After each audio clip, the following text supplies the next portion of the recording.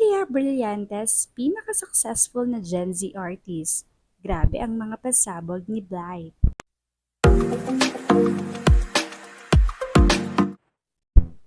Ang career ni Andrea Brillantes ay isang malinaw na halimbawa kung paano nag-evolve ang isang artista sa gitna ng kontrobersya at public scrutiny.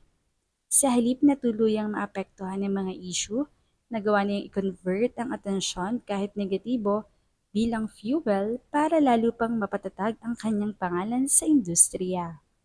Sa panahon ngayon, hindi na lang talent ang sukatan ng kasikatan.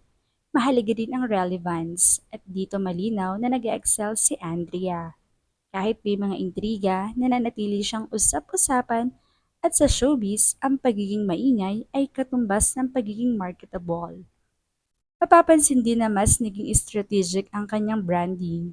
Mula sa pagiging child star, nag-transition siya sa isang confident at fashion-forward na young celebrity na swak sa Gen Z audience.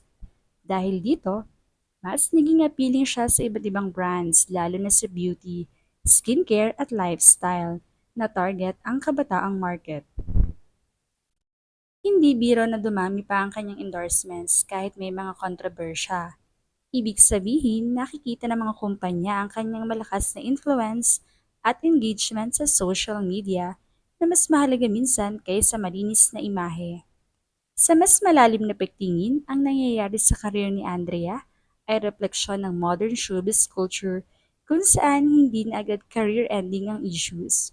Kung marunong kang humawak ng narrative, magpakita ng authenticity at manatiling relevant, possible pang mas lumakas ang brand mo. Sa kaso niya, parang mas naging relatable pa siya sa publiko. Isang tao na nagkakamali pero patuloy na bumabangon. Kaya mas dumadami ang sumusuporta.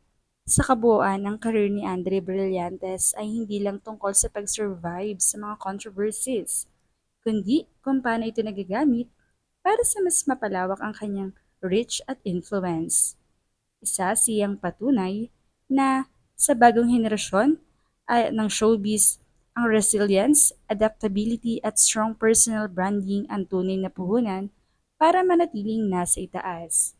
Makikita naman natin ngayon kung gaano kaganda si Andrea, kung gaano kalakas ang kanyang appeal, na sa tuwing nag-upload siya ng mga photos sa kanyang Instagram account, ay talagang marami ang napapawaw.